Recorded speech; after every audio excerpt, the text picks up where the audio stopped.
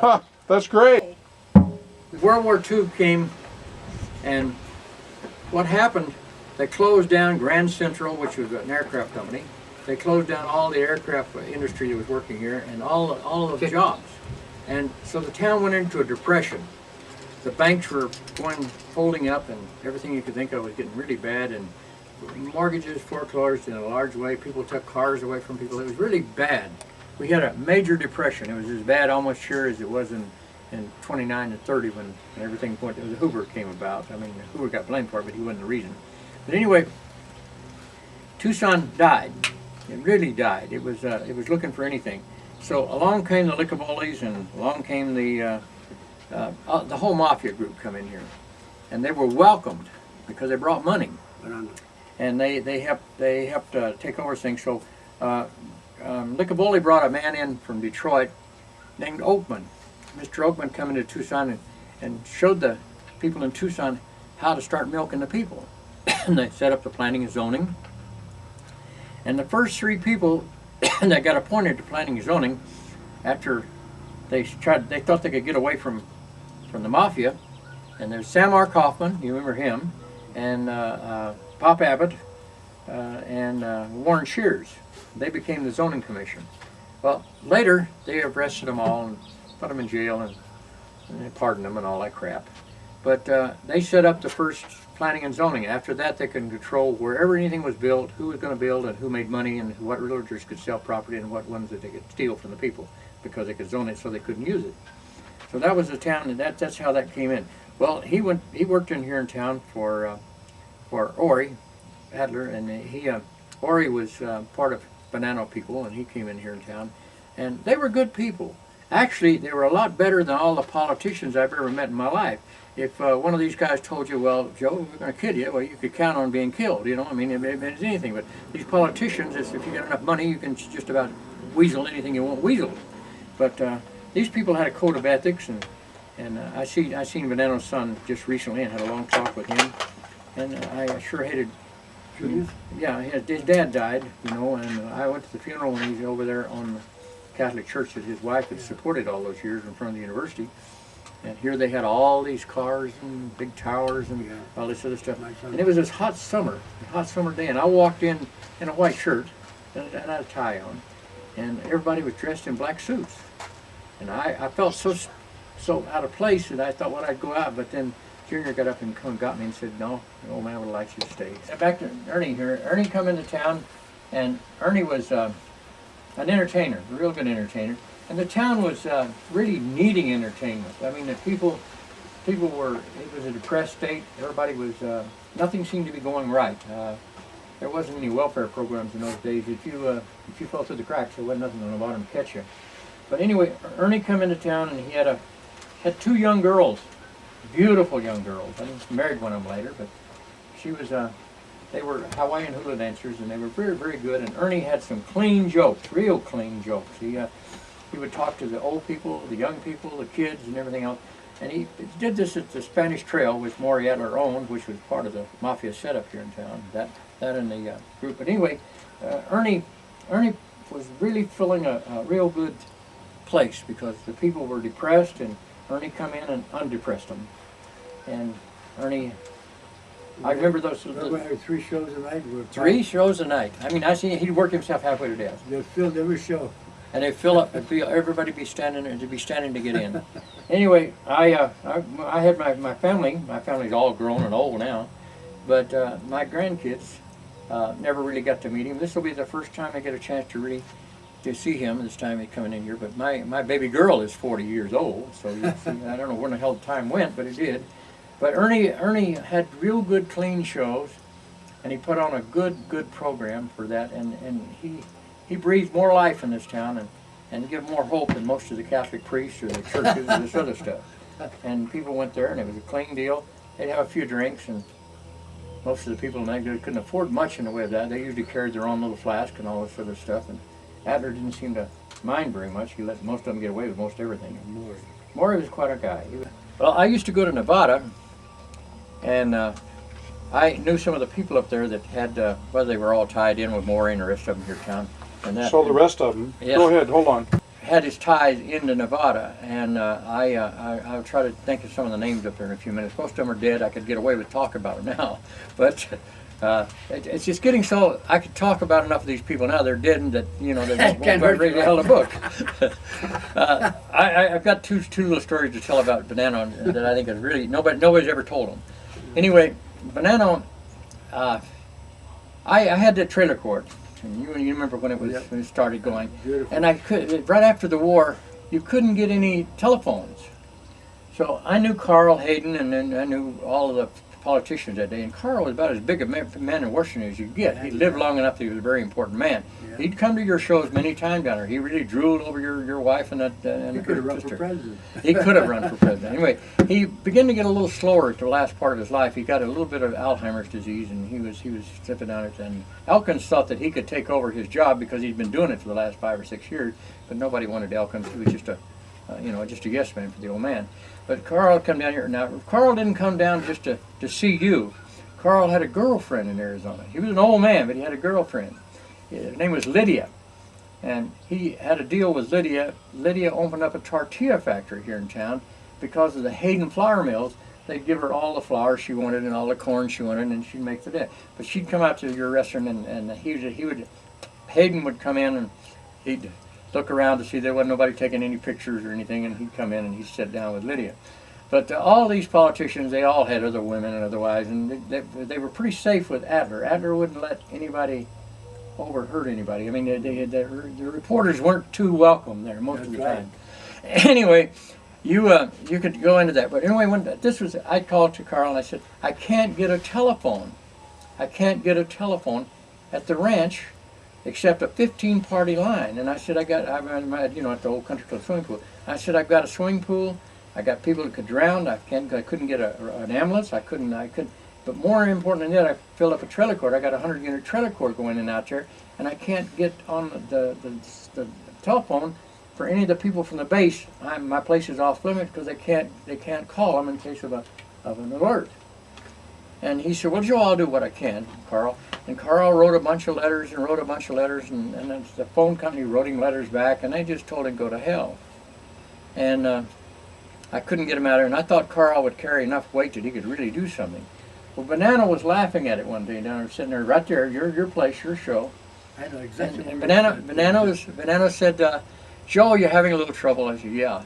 He says, you need a few telephones. Sure.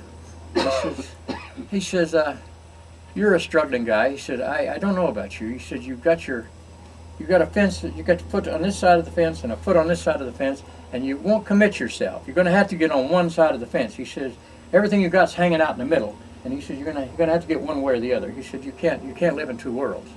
But he says, you've always been good to Joanne. Joanne was his brother's daughter. And she was a real smart, beautiful girl. And Ernie Haggett, remember him? His dad was Picholo, the head of the musicians union. And we used to go to, they put the musicians union in town here just to give his son something to do. The place is still down there. I don't know if anybody goes to it anymore. But he used to be in charge of all of the musicians in Las Vegas. And when we go up there, we'd get a free room and all kinds of deal. And we would go up to Las Vegas, and that's how I got to meet all the people up in Las Vegas and that. So I started bringing used slot machines down. And I got away with it for a little while, put these slot machines in the truck stops. And they'd put them in the back room, and I'd go in, and I committed an unpardonable sin. I'd give the people that was running the truck stop 60% of the money, and I'd take 40. And I met an old guy who was going blind that took care of all the slot machines for Las Vegas. But George Pittman was his name. Hell, what the hell? I ain't gonna live forever anyway. Pittman. But George Pittman would work on slot machines, and he could make sure they worked the way they should and all this other stuff. And they would come and get me, and he said, Joe, will you go with me to Las Vegas? And I'd go up with him. They'd work on the machines, and when they got old, a bunch of old machines, I'd buy a whole truckload of old machines and bring them down here and set them up all over town. And I done real well until that Kefauver got into office.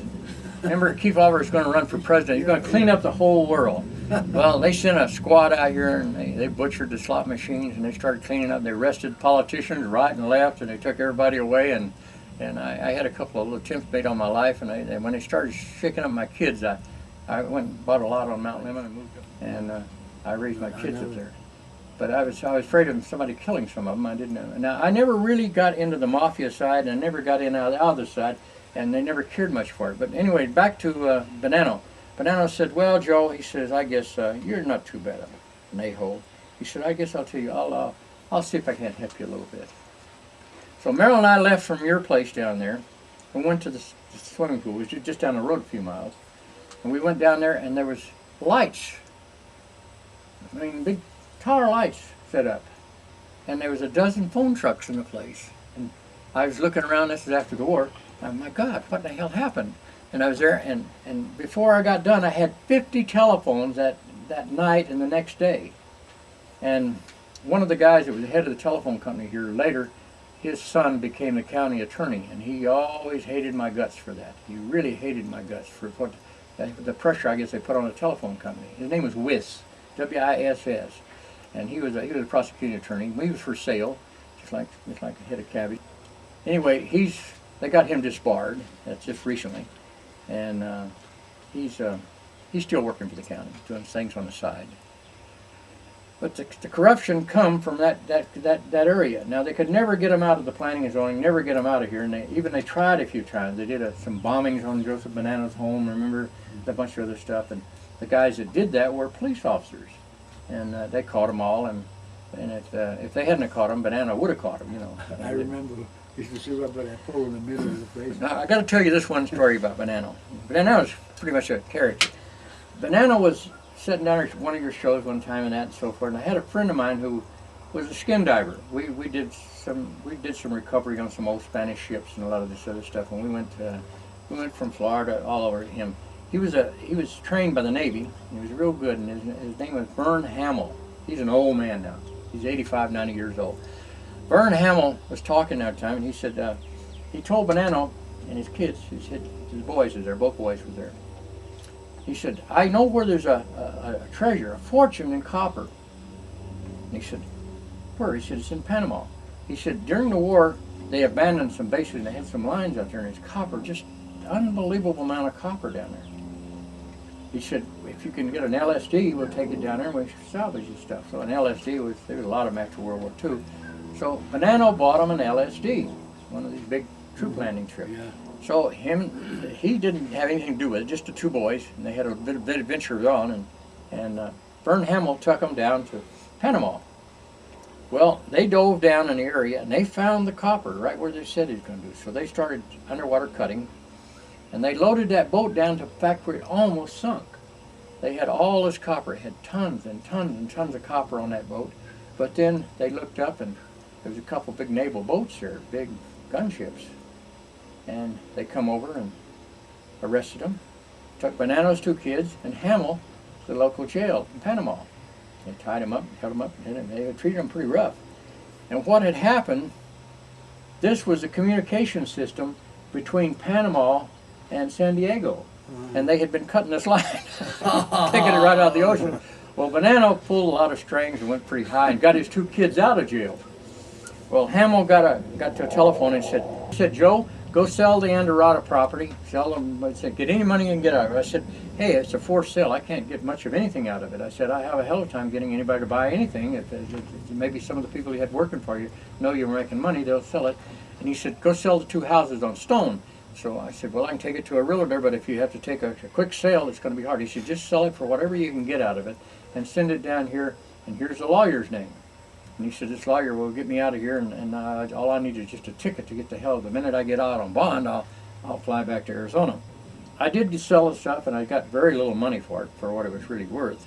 Sent it down to the lawyer. They did get him bonded out, and he flew into Arizona. But now when he got here, he was scared to death that Bonanno was going to kill him. So he went into hiding, used a fictitious name, and he wrote a couple of stories and books about hunting treasure and stuff all over the world.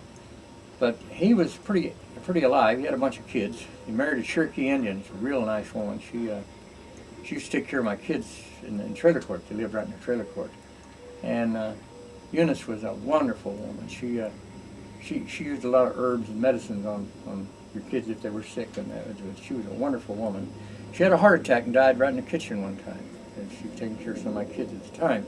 But anyway, Hamill after that really got to associating with pretty low grade women. Some of these soil does, and he never really became much of a. Well, he went downhill from that time on. His wife died. He's still alive. He's an old man, and he was scared to death that Banana was going to kill him. Banana said, "Joe," he said, "it was a good experience for my kids." He said, "They put them on guard." He said, "They just won't believe everything they hear from now on." He said, "It was an experience." He said, "And I don't want you telling me that you told me so. You told me that Hamill wasn't too trustworthy. You wouldn't let your kids go with him." And I said, "I don't want you telling me that anymore."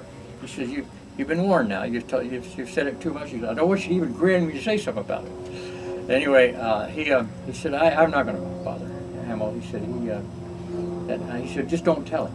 And I never told him.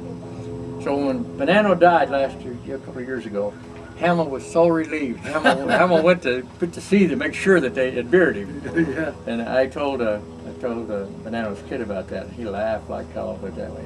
He come up with a new book. You seen a new book he's got? No. The FBI man that used to travel around and watch him, everything he was doing, the kid, they had a man signed to him for about 20-25 years, full lifetime job from the kid. Wow. Well, him, Joseph Bonanno Jr. and him have gotten together, and they wrote a book together now. The two of them wrote this book, and Bonanno's kid gave me a copy of it. I'll bring a copy and show it to you if you want to see it. And but you had those people all around you. You were right there in the deal, and they all give you respect here in Las Vegas both. You were. They treated you like Frank Sinatra. They did the same thing with him. And so when you're talking about Sinatra, you probably know him better than I do, a lot better. But I got over to California, and my brother would go over to the Van Nuys Chevrolet plant, and they would go over for 3 months out of the year when the winter was on. We didn't have the swimming pool open. And we'd go over, and they'd get a job as mechanics at the General Motors plant, and they could work 16, 18, 20, 22 hours a day, and make all this overtime making these new Chevrolets. So they'd come out of there with $25,000 or $30,000 in 3 months, and that was funny. We could work on the pool, work on things over here with, and I'd go over and visit them. And, all the studios would put up a big deal on that, and there was a big plantation-like place, to club downtown they had. But anyway, they would have 3 or 4 levels of bands playing, and Sinatra would always play the top band in that. And I met a woman at a second-hand store over there that was selling antiques, not second-hand, it was antiques to the people in California. Anyway, a lot of junk. But she was, and we come very good, she said, "I've got a couple of tickets." I said, "I'm not going to be able to go." And she said, I'm a guest of the Disney studio. She said, "They brought some stuff from props for me." And she gave me 2 tickets. And the bottom floor was open to everybody. The second floor was a little more secure, and the third floor on top of the big Coliseum-like deal was real good. And I had tickets to the top floor. My brother and Larry Hasselden, they went into the front. They had taken off a day just to celebrate New Year's that day. And we went in, and I found out that, and I didn't have much money. It was in the winter, and Maryland did give me very little money to go on, so I went over there with them. And Phil and Larry had all the money in the world, but they were really tight with me. They would give me $5 for a taxi, give me $3 or $4 for a beer, and that was a beer cost that much. Yeah. And I went over, and I had these. I didn't tell them that I had these passes from this antique store. And when I got over there, I had this identification that would let me get into the 3rd floor. So I got up on the 3rd floor, and I knew quite a few of the people. And Sinatra was one who was entertaining that night. And I'd met Sinatra at the movie set with Dean Martin and a few of the others, and I got pretty friendly with him. So I got to talk to him a few times, and when I did, some of the tables adapted me real close. I mean, I was just adopted like an outsider, and I got in with the Walt Disney Group. And the Walt Disney Group had a bunch of women up here from South America that were, their fathers owned theaters or various other different things, affiliated with the Disney Group. and they didn't have escorts. This was many years ago. I had a little hair then. And here I went upstairs, and everything was free. Everything was free. But I noticed that if somebody went up to a table and go over and get the drinks, and the girls were busy as hell, and bring them in when they wanted them, and I got to being a waiter doing it, and they would throw $20, $30, $40 on a tray just to go get them. So I become a waiter in a short period of time there, and later they set me down with some of these girls from South America, and I danced with a few of them back in those days, and everything was going really good, and I had to go down and tell my brother that I had a ride home. Walt Disney had these limousines that was going to take everybody home, so I told him I didn't need him, so I'd get home with myself, and I went down and told my brother we had a real good night. There was a lot of things happening. Sinatra, we got to talking about some other things, talking about Tucson, talking about that, and he invited me over to Palm Springs. He said, "Why don't you come over and visit?" Well, I did. Anyway, before the night was over, everybody was breaking up about 2, 3, 4 o'clock in the morning, and the bands were all playing, and everything was going good. So my brother in the bottom place, they were trying to get rid of the commoners earlier, so they were waiting out front for me. And I walked down, and I thought, well, I better go to the restroom before I didn't tell them, and then I'll tell them I got a ride home. So I went down and I told my brother and Larry, I said, I got a ride home. And Larry was looking at it and said, look at him. He's damn near drunk. Look at his glaze. His eyes are glazed. He's almost drunk. How in the hell could he get drunk on $3 or $4 when the beer cost that much? And I said, don't worry about it. And I went up and picked up the 2 girls that was going back to their hotel. And I went and got in one of the Disney limousines. And all the rest of it, Sinatra was coming out about it at the time. He said, Joe, you remember you're gonna come over. I'll be over there. I'll be over tomorrow. And I said, okay. And that was it. My brother and Larry's mouth was hanging on the ground. You know? But it just happened, kind of a deal. And it was, we left the place that night, and Bill and them was trying to get up the morning. I finally took a cab and went over, and I had waited on tables for these people, and I had $200 or $300 in cash, and that bothered my brother. He wondered what the hell I did to get $200 or $300. But anyway, I went over I spent 2 days with Sinatra over there, and I went with him, drove him around. I was just like his driver, drove him around several places. And they had just opened up a place called the Cordoveras Club. Sinatra owned a piece of it, Dean Martin owned a piece of it, and the whole pack rat owned a little piece of it. And they opened it up, and they used the Roman props that was in a Roman movie in that club. And one of the things that I liked real good is he had a big picture of David, and made a carving. And they had a fig leaf on David covering the parts there, and they put that in a women's restroom, and they had rigged it up electronically. If you moved the film to see what was under it, it would set off alarms and but all of them had a sense of humor. I never asked them for anything, and I got along real good with them. And it was, I knew when I was performing, I knew when he was coming in, because we were on the barge, cliff after the barge, and they'd be setting up a bar way in the back. I said, well, Frank's coming in. Yeah. You know, always drunk a lot. They're setting up his bar back there. The object was with him to get him home and get him in bed without him knowing that you were happening. And you were in real good friends standing. And he wasn't a big man. He didn't like people sitting over him. He liked you always kind of make sure the chair you got into or the stool you sit on the floor. He always had a couple of these hoods around him that were, he was always wondering if they was all there. When he goes in the restroom, he goes alone. Nobody goes in, nobody goes out. It was interesting. It was very interesting to be with people like him. Dean Martin, Dean's son, hit a mountain. Now we were tearing down a building over at Yuma, the proving ground over there. I took all that out. I took all the big Quonset hut down, and I numbered each one of the buildings. So I was going to put it back. I thought maybe somebody would have an airplane. I could have my own hangar. I never got around to that yet, but I still got it all. And we took it down. And while we were there, Dean Martin's kid was making a run over the Goldwater bombing range, and one of the bombs hung up. And they couldn't get it shuck loose. He made several trips on it and so forth. So they told him to take it to Williams Air Force Base in Phoenix. And if he could get to Williams, they could foam the runway, and they could see if they couldn't get him in, talk him in. So he went to Phoenix, and he's on his way to Phoenix, and the plane got unstable, wobbled, and it took it down on a mountain just on this side of Phoenix. and killed him, killed his boy.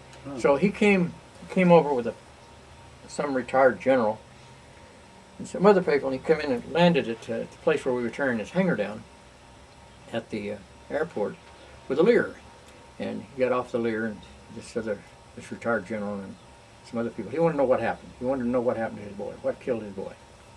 And Janie was very insistent. Janie was a hell of a wife. Without her, he'd have never had a damn nickel. She would limit him to just a little bit of money, and she invested money in real estate. When he died, God almighty, they were wealthy, very wealthy. He had a lot more money than Frank, but she had a woman that took care of him.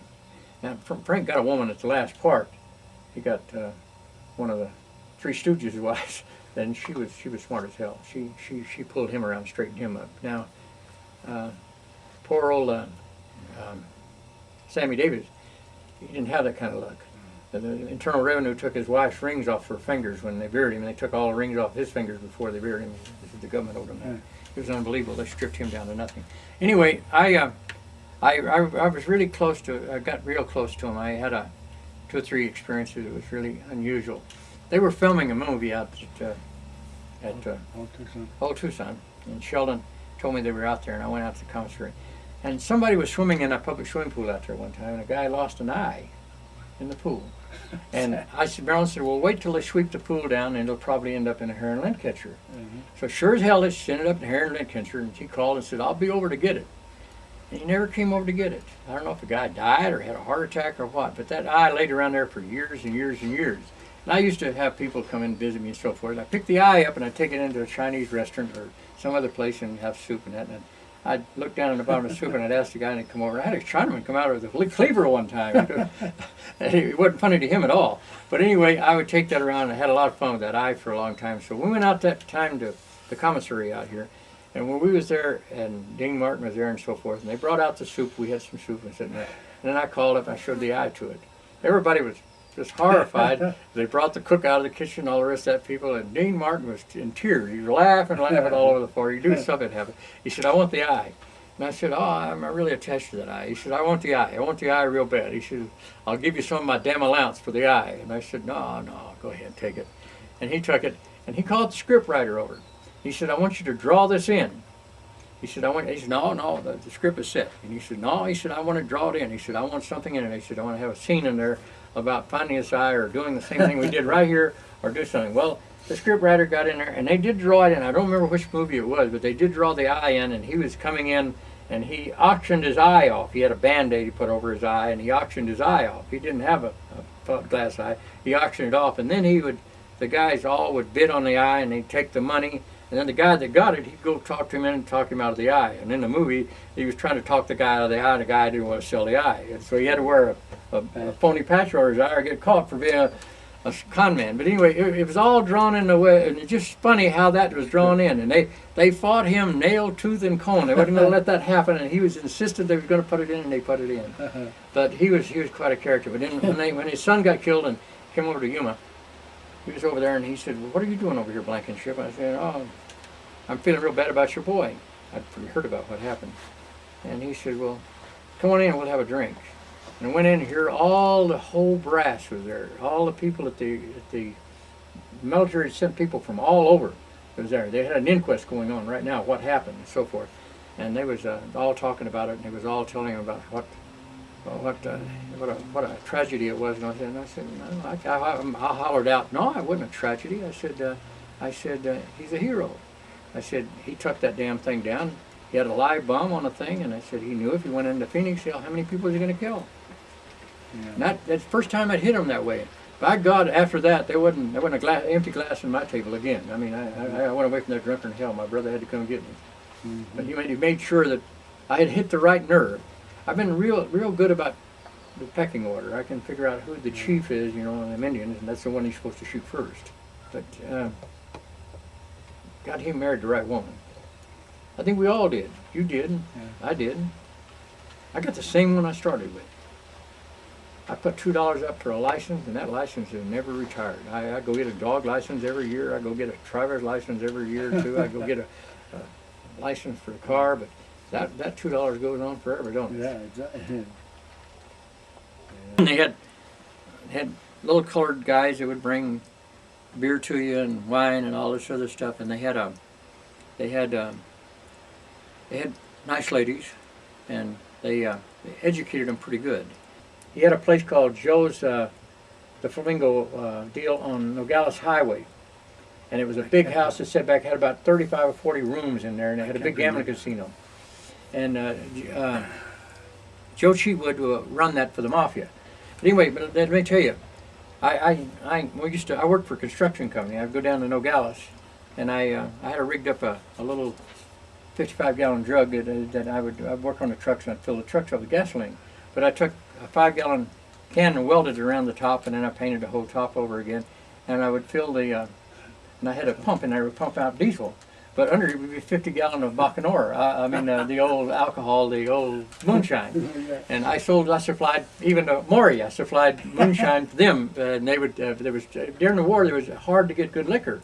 So they'd take 6 liquor bottles, and they'd fill them up and do a little dye on them and sell them and that. And I sold them to the Open Door, I sold them to the Chanticleer, I told them all the places and I sold liquor to them when I was working for the company. The company. Anyway, I used to get a case of Fondadori once in a while that I could get across the line. I'd smuggle that across the line, and I'd give that to Veneno, and I'd give him a case of Fondadori. That was a brandy from Spain, I think. I don't know. I never drunk this stuff. I wasn't much into alcohol. I never was much on it, but I made a few dollars on it. I bought that land and stuff on it. I mean, I always had a shingle, you know. Yeah. And during the war, I had another deal going. I was working for Coca-Cola Bottling Company, George Martin. And George Martin, I would deliver liquor around town, and I would deliver Coca-Cola. And he'd work me on Saturdays and Sunday on real. And once in a while, sometime for New Year's, he'd make some real Coca-Cola.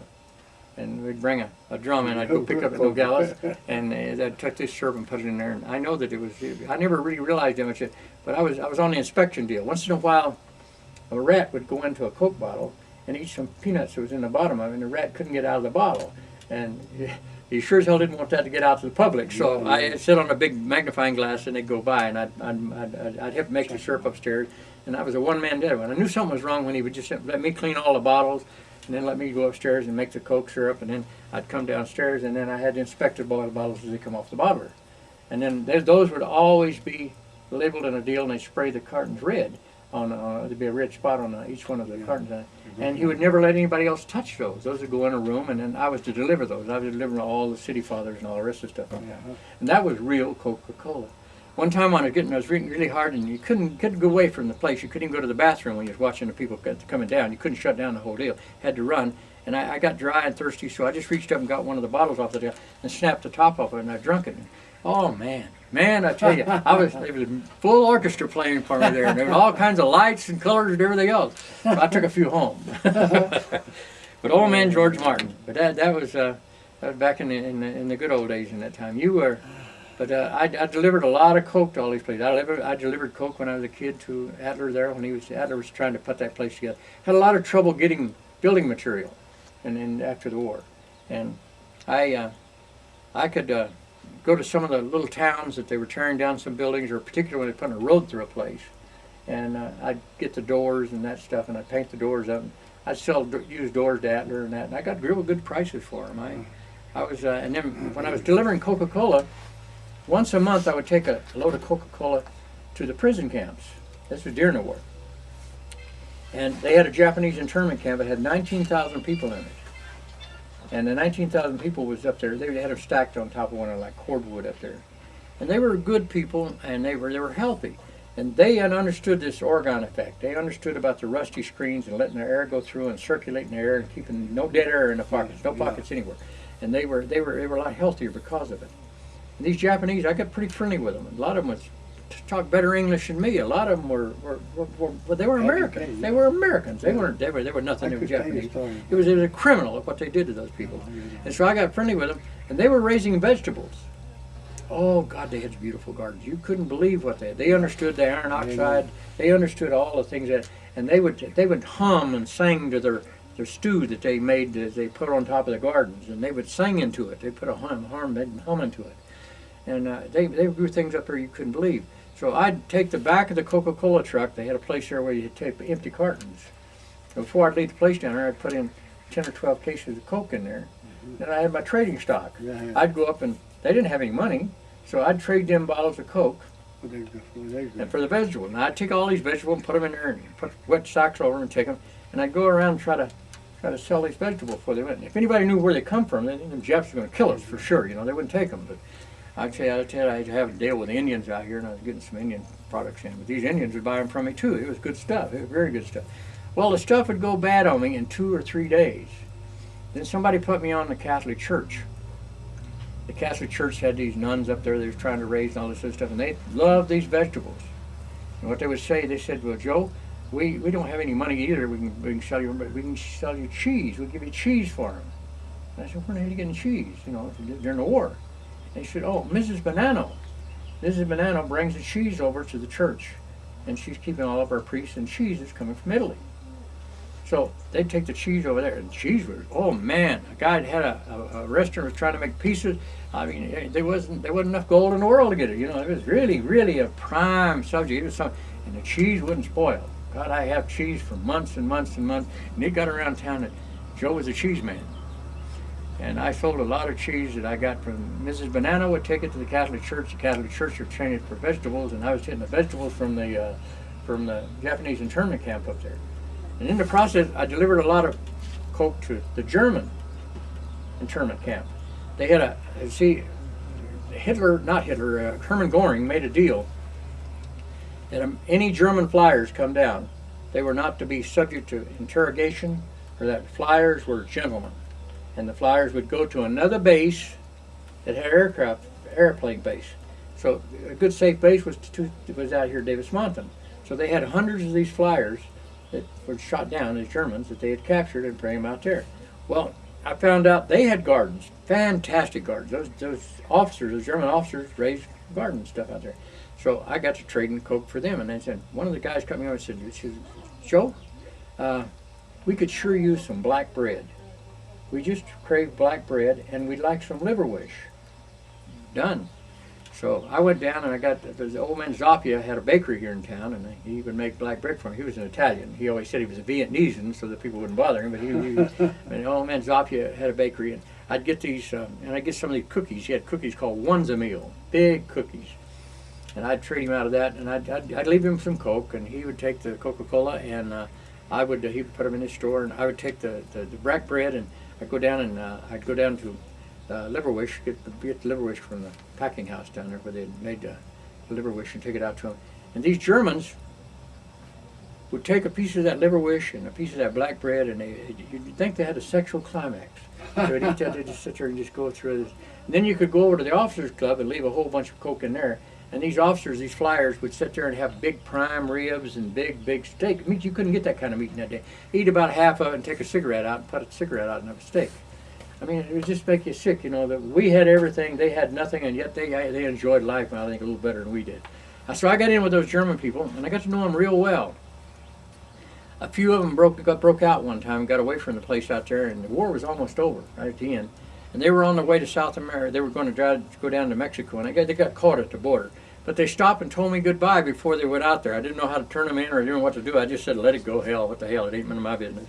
But anyway, they were real nice people. And after the war, Howard Hughes set up with Harold Ashton a place to train soldiers. And they were training these Germans. And right now, they're training Japanese out here at the Rhine. But anyway, they trained them up here at Marana. And they would train them for years and years and years up there. And these kids, these grown men would say, stop and see Joe. See, he was always good to us during the war. He didn't have any animosity to Germans, and he was just an average Joe. And so they would stop in, and then their kids would come in. Now, this has been 3 generations. Their kids are stopping in. They'll come out at Ryan Field, and they'll come over and say, are you the Joe? Are you the Joe? Are you the Joe? And Grandpa used to say this, Grandpa would say, look us up, and that and so forth. But they started getting meat, and one of the county supervisors had a ranch, had a place up here, they called Little Abner's. Oh yeah. Remember that? Yeah. Anyway, but they were actually getting rustled meat. They had some guys that go out and steal a cow now and then and so forth. his son got in trouble counterfeiting. I thought he really got the base of money, and they arrested him for that. I've run into a lot of unusual people. The old German told me, he said, Joe, he said, they're going to have a fella come up here from Alabama. He's coming up this next week, and he's going to speak at the university at Chattanooga there. He's going to talk over there at the deal, and he said, would you, I think you'd enjoy going and listen to him. But he said, if you go, I'd like you to go in. If you could take some notes, I'd appreciate it. And I said, well, where's he going to be? And he said, well, he's going over to talk at the auditorium. And they had a big auditorium there, and they had put it out in the paper that he was going to show up. Well, I went down to the station to get him, and because he had told me that he was colored. In Chattanooga, there was two different places where you come in. If you were colored, you had one other section you came in. They wouldn't even let the colored people eat at the same counters, and they had colored bathrooms and all that other stuff. Well, the university sent a car over, but the guy that went over there, they didn't tell him the guy was colored. So he was over there waiting for him at the white deal, and he didn't show up and so forth. But I was over at the colored deal, and he didn't show up. The old man got off with this slouchy-looking suitcase that had two ropes tied around it, and he got off. And I walked up to him, and I asked him if he was Mr. Carter. He said yes. And I said, they're supposed to send a truck for you, a car for you. And he said, well, they do. He said, a lot of times they don't. And he said, how far is it? I said, it's not too far. I said, down Broad Street here. I said, we'll go over to the auditorium. And he said, let's go. And I started going. I said, let me carry your bag. I was a younger, strong teenage kid. And he said, come on, white boy, you get us both killed. And we started walking down the street, and and I realized what a wonderful person he was at the time, and I thought maybe he was a little deranged. Because as we walked by on Broad Street there, where we were going down, people had high bench on the street. And then their lawns would go up higher, and then the houses sit on a hill, a little hill on top. A lot of them would plant flowers along the edge. And he would look at these flowers, and he would talk to these plants, these little flowers. He'd pick them up and hold them, and he'd ask if that flower minded him putting him in his buttonhole and so forth. He'd put him in his buttonhole. And he would talk to these plants. He talked to these flowers. He talked to them, and I'm not so damn sure they didn't talk back to him. I thought it was kind of weird. But we got down to the place down there, and of course I came in with him, and they was a little late, and everybody was glad to have him come in. And because of that, I got a seat up front. They put me up front. He asked for it, and I got it. I got up front. And later, Dr. Leimbach came in, and Dr. Leimbach came up, and I sat down between his legs, and Leimbach sat up front, and we talked to that. And afterward, Mr. Carver talked to Leimbach and I both. But he was such a gentle giant. He was such a small man. He told me several things that normally wouldn't talk. He said when he first went over to the university there, they would give him checks. And he said he wasn't really sure what the checks were, so he just threw them in a drawer. And he said he finally told him that he couldn't afford to stay anymore. He had to have some money. And they said, well, we're giving you checks all the time. So he had to go down and cash some of the checks, but he had run out of the money that he had when he come over there. So Roosevelt would come through, and he would come in a train to Chattanooga. And then he would take a car from Chattanooga to Warm Springs, Georgia. But a lot of times he would go to a fort out there at Fort Oberthout. Fort Oberthout was made into a large women's whack camp. They had, I think, 40 or 50,000 women that were doing things for the war out there. In many ways, thousands of them. And he would go over to the camp and see the girls over there and so forth. And he had a big touring car. And he'd come in spring or fall, mostly down to Warm Springs, Georgia. And he found out that we found out that he was crippled. And they would drive to a place between Georgia and Chattanooga there, a place called the Iowa Monument. The state of Iowa had erected a huge, tall monument with soldiers on it that had died from Iowa and in the Civil War, and they had these carved figures around it, 5 or 6 men around it with guns and cannons, and a man on the top carrying a flag. They kept this always trimmed, real nice and clean, and they kept an iron fence around it. And he would pull off into that area there, and they had a masseuse, a woman, that would come and massage his legs. And while he was there, and the Secret Service would not let you go up. Well, there was a couple of kids, me and another boy was up there, and we walked right up to him, and he said, let him come up there, and he was asking us different things. And I was kind of a rebellious kid even when I was young. And he said, are you going to vote for me? And I said, we're too young to vote. And he said, yeah, that's true, but would you vote for me? And I said, well, I'll tell you, Mr. President, I read Wilkie's book, One World. I still got that book even to this day. And I said, I'm kind of leaning toward Wilkie. I think Wilkie is a real bright man. It's got more feeling for little people than that. And he got to laughing like hell. He just started laughing like hell. He was laughing. He just shook all over when he's laughing on me. And some of the other guys got a little upset, I guess, with him. But he said, leave him be. He said, what's your name? And I told him I was Joe. He said, what are you? He said, aren't you supposed to be in school today? And I said, I don't go to school a hell of a lot of time. I said, I work a lot. I said, my brother's got polio, 2 of them. And I said, my dad's an arthritic. And I said, I try to bring a little money in home quite a bit. But I said, I go to school whenever I get a chance. And I said, I got an old German that helped me a little bit on reading and a few other things. And we was talking quite a bit. We got talking quite back and forth. And so I used to get a card when he would be going through Chattanooga. And so I'd always go up to the Iowa Monument, and I'd get with him and talk to him, and we'd talk about various things. He invited my dad and my brother down to Warm Springs, Georgia. So we'd get on a Greyhound bus and go down to Warm Springs, Georgia. And he had a place down there for the March of Dime people, and the March of Dime place all of his help. There were 2 different places. And the March of Dime supported the little area where they had there. And he told me that, he said, we got a government-sponsored thing in Hot Springs, Arkansas. It's called the Government Bathhouse. And he said they've been very helpful with us, with exercising people. And he said, Sister Kenny works with people over there. He said, take your brother over there a time or 2. So we'd get back, and I'd save up a little bit of money, and we'd get on a Greyhound bus and go over to Hot Springs, Arkansas. We got to meet a lot of people over there. But the fact that I had a note from him, I didn't have no trouble getting in a government bathhouse. And but it was very easy. And I learned something the German told me about that one time. He said, you're way ahead of most people, Joe. He said, I don't want you to see you working in the coal mines, which you're doing in the spare time, and I don't want your lungs eat out. He said, I want you to get the hell out of here as quick as you can and read all your life, no matter what you get. Read anything. I don't care if it's funny books or whatever. Read. Just read, because you enjoy reading. And he said, and from it you can't help but get something out of it, no matter what you read. And the old German told me that, and the old German said something to me. He said, you can meet anybody you want to meet. He says, you just can't go up and talk to him like you've done to the president. He said, that doesn't happen. But he says, you can always find somebody that knows the president. You can find a politician or somebody in town that knows him, and that person you can get him to go take you up to. He said, you're only one handshake away from any person you ever want to meet. He's a young kid in Rossville, Georgia. This is Ross's Landing. That's right next to Chattanooga. But the Indians had a sacred ground in there. That's where Chief John Ross had his home and all of the other stuff. Most of the Cherokees lived in that area. Well, they made like a pilgrimage, or every year the Indians would go down to his place and say their hallelujahs and all that other stuff. And go all the way through. So I lived just about a half a block from there.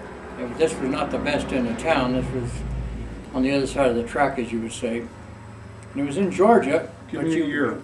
We were just a short distance from the state line. This is in 1940s. And 41, 42, 43, the war came on, and I was going to school there. We had a German professor. His name was George Lambach.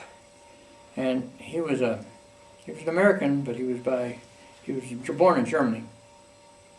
And Lambach was a very unusual man. He had an accident, and one of his eyes had been knocked out at a piece of a chip off of a .22 rifle. It got in his eye, and they removed one of his eyes. He was the principal of the Rossville school system, but the fact that he was German, there was a lot of the people didn't want him teaching kids, and didn't want him. And he had a home on top of a mountain right there, Sand Mountain. And he had one of the finest farms I'd ever seen in my life. He raised stuff that was out of this world. And he was the first one that I learned about the accelerated plant growth with oxides of iron, and I learned about lignites being a natural supplements for feeding. He made watermelons that were huge in size, and they were the sweetest things you could ever eat. But nobody would buy his watermelons. They thought he was going to try to poison them because he was a German and this and so forth. He had a couple of girls, and he knew somebody to help him one time. He didn't use insecticides, pesticides, and he had many different ways of working this. Mr. Leimbach took a liking to me. I had a lot of questions asked, and I read a lot. I read an awful lot of books. Matter of fact, I caught writing book reports for the rest of the kids in school. And he kind of took me under the wing, and he would give me a dime an hour to help him do various things on his farm. Well, that's where I learned about the vibrations putting into manure that you had stirred and various different things, the singing to it, and the things that he was doing to it was really, people would think you were crazy at that time. It was kind of proved out by some of these people that's done things in Europe and Feinstein, and you know what I'm talking about. But he was a very brilliant man. He taught school part-time, mathematics and astrology, and he was a very unusual man. And a bunch of them got together, and they didn't want a German teacher in their kids' school during World War II. So they fired him. They got a man named Brooklyn or something come over, who didn't have half. He was a real teacher. And I got into trouble with the new teachers. I couldn't get them to talk, and I couldn't communicate with them the way I would deal with him. And so I spent a lot of time up at his farm, and he would take me out in the nights when it was evening. He'd always feed me and had real good food. And he was always showing me how to grow better plants and how to make things work. Georgia is made up of a lot of clay, red clay, and the clay will bind a lot of the plants, and you don't get much growth on it. They bore the soils out with cotton, and most of the bottom land is all depleted of any minerals. But he had this mountaintop, and he raised some of the most beautiful peaches, some of the finest peaches I guess anybody in the world could ever eat. Nobody would take his peaches, and I would take a red wagon. I was just a teenager, a young kid, and I'd take them and load them up in a wagon, a big high-top wagon, and drag them down off the mountain. It's all downhill. And I'd take them, and I'd go out into Dewberry Town, which is a colored community. And I started selling some of the stuff out there, and they didn't have any money. They never had any money. Fridays, you'd get a little bit of money out of them, get a few nickels or dimes out of them. Colored people didn't have anywhere. They was in really a state of depression, even during the war. They never got out of it. And my father was crippled with arthritis. He was crippled, he was bedfast. And I had two brothers, and both of them had polio. One of them finally died, and my other brother survived it, and he's the one that you saw just a few minutes ago. But we grew up as poor white trash in the South. I mean, if something like that happened, you had to be in bad faith with God, because it was God's deal that you were sick or your family was sick, and the preachers and everybody made a big issue out of it at that and so forth. But there was a lot of people had diabetes was quite common, but most of it was black lung. Very few people worked in the mines, in the coal mines down there, had decent lungs. They all died very young. And there was no welfare programs, there was no health programs. John L. Lewis came on board right during the middle of the war. And he started screaming and hollering that there was somebody going to take care of these miners, and they weren't going to die the way they were dying without any money. And so he put a sure tax of $1 on every ton of coal. And the coal miners wouldn't buy this, or the owners, so they went on a strike. And Franklin Delano Roosevelt got really nasty about the strike, sent down a bunch of strike breakers and everything else, and said it was against the war effort and so forth. But they finally did get $1 per ton set aside for the health of the miners. Nobody had ever taken care of them before. So this big bushy-eyed guy with big burly hair, they called him a communist, but he did a real good thing for the people of the South. They got a hospital built, and they got all this. And I got very friendly with him. I met him a few times and talked to him about it. And he knew I was playing around with coal. My family was all very poor, and I worked a lot of seams out in the mines that had already been mined out, and sold the coal to people there for 20, 30 cents a bushel. And I made a little bit of money to help supplement our home, our family, and my mother. We had electricity, and other people didn't have electricity, which I think was only 60, 70 cents a month. But Franklin Delano Roosevelt put the Chickamauga Dam in there, and when they did that, they put the rural electric to everybody, and it was practically nothing. It was just 60 cents, I think it was, a month. But it's a lot of months we had trouble even raising the 60 cents to keep the electric on. And we all had outhouses. This is the reason why the South was hit so hard with polio. Polio is an infection, and it comes about when people don't have really good hygiene, if they don't wash their hands after going to the bathroom and things like that. There's no question about it now, there's confirmation on that. The Sister Kennedy Foundation come down there and treated a lot of people with polio. Hundreds and thousands of people had polio. And Franklin Delano Roosevelt had polio. Of course, that got a lot. The March of Dimes got into the picture. And he had a winter home at Warm Springs, Georgia, was down the road a little ways. And I got to running with the Indians in there, and the Indians would take and mine gold. At Delenica, that was the first place in Delenica, Georgia. That was the first place that they had a mint. They actually minted coins there. That was the first American mint. They made gold. They took the gold out of the area there. They never got much of the gold because it was in clay, and clay would steal most of the gold. If it stick to it, and you wouldn't get it out. It was hard to separate with water. We tried everything with wetting agents, and lye was a pretty good way of taking it out. So you could take lye and separate some of the gold. And the Indians were pretty sharp on this. They figured they didn't have tin pans and things to mine the gold, but they would take a cow's horn, a big cow's horn, and saw it in half, and they would work it back and forth in there, and the heavies would drop at one end. And they were real good at that. And I went down with the Indians, and the Indians would get beat out of the gold. If they, when they had a light-colored person with them, they a lot of the Cherokees are very light-colored, but they would take the gold that they had, and there was only 2 or 3 places they would buy the gold. One was a dentist, and the other was bartenders that they'd swap whiskey and wine for gold, and they didn't have scales. And they would measure the gold by a pinch.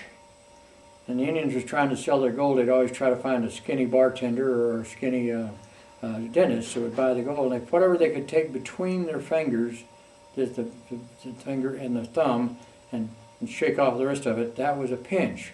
That pinch was worth a pint of moonshine, or it was worth a little bit. Gold was only $22 an ounce then.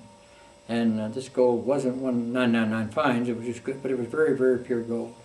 They would take it, if a fee grabber, we call them fee grabbers, a government revenue, or any of the rest of them caught them making booze, but they made a little extra money by grabbing Indians that had a little gold on them. They'd take it away from them. Just take it away from them and turn them loose. And so it was pretty hard to get. If they had a young kid with them, and the kid would have the poke, why, they very seldom went through the kid real heavy. And usually you take the poke and tie it to your belt and hang it between your legs. These pig grabbers didn't look there very much. And we'd take and sell a little bit of gold. They'd always give me a little bit of the gold, and I found people who would buy the gold. And I got a lot of the Indians signed up on food stamps. Not food stamps, they were war stamps.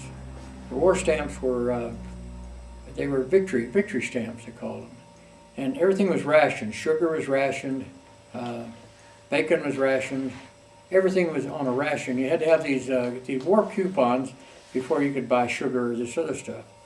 I took these Indians down and signed them up, and get them signed up, and they would give me the books. And I'd give them part of the gold or whatever to go with them, and I had a kind of an exchange deal going with it. And there was 2 lakes over there. They were Hutchinson Lakes, and they had one lake had a spring that fed it on the top, and then they had a big pipe that went across the deal. And I used to take a tow sack over there, just a potato sack, and hang it over there at night, and then go get it early morning before any of the game wardens or anybody would go through, and I'd have a bag full of fish. It would go from the upper lake to the bottom lake. And so I kept the Indians in dried fish and other stuff that was going through there. So we got along real good, and I used these food stamps, and I could go buy sugar. Well, sugar was real premium. Everybody wanted to buy sugar from you, and they'd buy for the food stamps, and I could sell them food stamps or sell them sugar, whatever they wanted. The moonshiners, they'd a whole lot rather have sugar, and if you sell them the sugar, they'd say that they'd like to trade you moonshine for it. And I had a little business. Now remember, I'm just a teenager, just barely a teenager, and I'd go get grape Kool-Aid and cut the moonshine, which was about 170, 180 proof alcohol, 10, 20 times, and put a little bit of it in grape Kool-Aid or that, and fill in these cider jugs, big jugs, fill them up and sell them to the colored people down there. And on Friday, they'd have a little bit of money. Now, they could always raise enough money to get a bottle of wine. They thought it was wine, but it was Kool-Aid with a little moonshine in it. And I'd get a little bit of money on that, and I supplemented raising my brother and my mother. My mother was working for Peerless Woolen Mill, and they were paying her during the war 10 cents an hour. And she worked 10 hours a day, and we had barely enough to eat. But we lived pretty well on that because I have these little things. I wasn't a shyster. It's just it was something that just come along that I had to supplement our income with. So I was always had a little bit of money, and the moonshiners would be tickled to death to get the sugar. I'd accumulate 200 or 300 pounds of sugar, and they'd come in, usually with a guy that had an armed guard that would come in with them and drop off a few jugs of White Lightning, and everybody in the town knew that they could get it from me. And I had an uncle that was kind of a real shyster. He didn't have any education at all. He was one of my dad's brother. He grew up with, my father had taught him how to sign his name, and that's about the extent of it. He had a tremendous memory. He could remember people's names, places. He could listen to 2 ball games at the same time and keep both ball games apart with 2 radios. So he was not dumb. He just wasn't educated. And he would take a pair of overalls and had a 2-inch piece of pipe, and he threaded on the inside and threaded on the top, and he would clean that pipe out real good and fill it full of moonshine. And he'd go downtown in Chattanooga, and he would take this, and he had cut it off just so it would go in an elevator, 5 foot 8 or 9 inches, just barely go in an elevator. And he'd carry a pipe wrench and that piece of pipe all over town. He'd go to these doctors' offices, these lawyers' offices, and all that stuff, and they would have the jugs waiting for him, and they'd have a funnel, and they'd take the tap out of the end of it, and he drove a brand new Ford. Back in the days when there weren't no new Fords. I mean, he was very interested in colored girls. He had a lot of colored women that went with him everywhere you'd go, and he was quite a character. He lived to be about 90 years old. Come out and visit us a few times out here. I took him up on Mount Lemmon, and we had a nice house up there. My dad called me one day and said, I haven't had any fruit here in a long time. I said, my God, I'm shipping up here by the lugs. I said, every week goes by and I send 2 or 3 lugs of fruit up here. He said, well, I'm not getting a single piece of fruit. So I went down to the basement and looked around, and Uncle Louis had a little camp stove, a still set up out of a copper pan, and a still on the top of that, and had some water set up that he run the still through, and he was making moonshine on the mountain out of the fruit. He was fermenting it, and had half of the mountain up there was drinking booze with him. But Uncle Louis was quite a character. He passed away after he was about 90 years old, but he spent some time out here with us. I went to work in Arizona. I came out to Arizona for my dad's health and my brother's health and that. And we came out here, and the war was still going on. And this old German, back to him, he taught me a lot about the growth of plants and how things were growing. And he told me about Victor Schumberger in Germany, who had done things by getting energy out of water that people couldn't measure and all that. Well, eventually, in time, some of these Germans that he told me about had papers printed in England, and I'd get copies of those papers from England. So I got interested in water right from the very beginning, and I got out here in Arizona, and water was such a premium here. Very few people got much, so I learned how to structure water so that you get more water out of the use of the water you had by running it through iron oxide crystals and putting it on plants. And if people were buying water from the city, it would really cut the hell down on their property on that. See, iron oxides will actually structure water to a point where it'll go right to the plant and it doesn't evaporate. The evaporation is almost eliminated on it. Once the water is tuned with the proper frequencies in it, it'll go right into the plant. The plant just sucks it in like a magnet.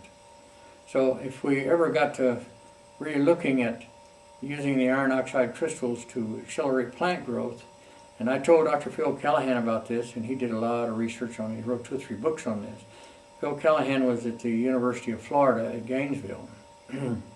So I corresponded with him for years and years. We'd go to national meetings for farmers to go, mostly organic farmers. They had their own little places, sometimes up as far as Minnesota. And I'd go up and meet with them and talk to them. I came out to Arizona and I started 2 houses I built. I built all the blocks, made them myself. I didn't buy a block or nothing. I just made a form and filled them full of a wheelbarrow full of cement and go, and after I made 10 of them, the next day to make another 10, another 10. And I got to lay in 10 the same day. I'd make another 10 and let them dry out. So I built 2 houses, and one we rented out. And rent was pretty much of a premium at that time. And during the war, nobody had built any houses through the war. And I usually rented to military people at Davis-Sponson. And I run into Tibbet, who was the man that dropped the atomic bomb on over there. He drank a lot, and he had a wife named Helen. And Tibbet lived in my houses over there for years for that, but he was pretty much drunk most of the time. But I got to fly with him different places. He had a high rank deal, so I could get I'd go out with him, and if I got in behind the base, behind the flight line, no problem at all. And I'd put up $1. They charge you $1 for a parachute. Never had to use one, but they'd give you a parachute for $1.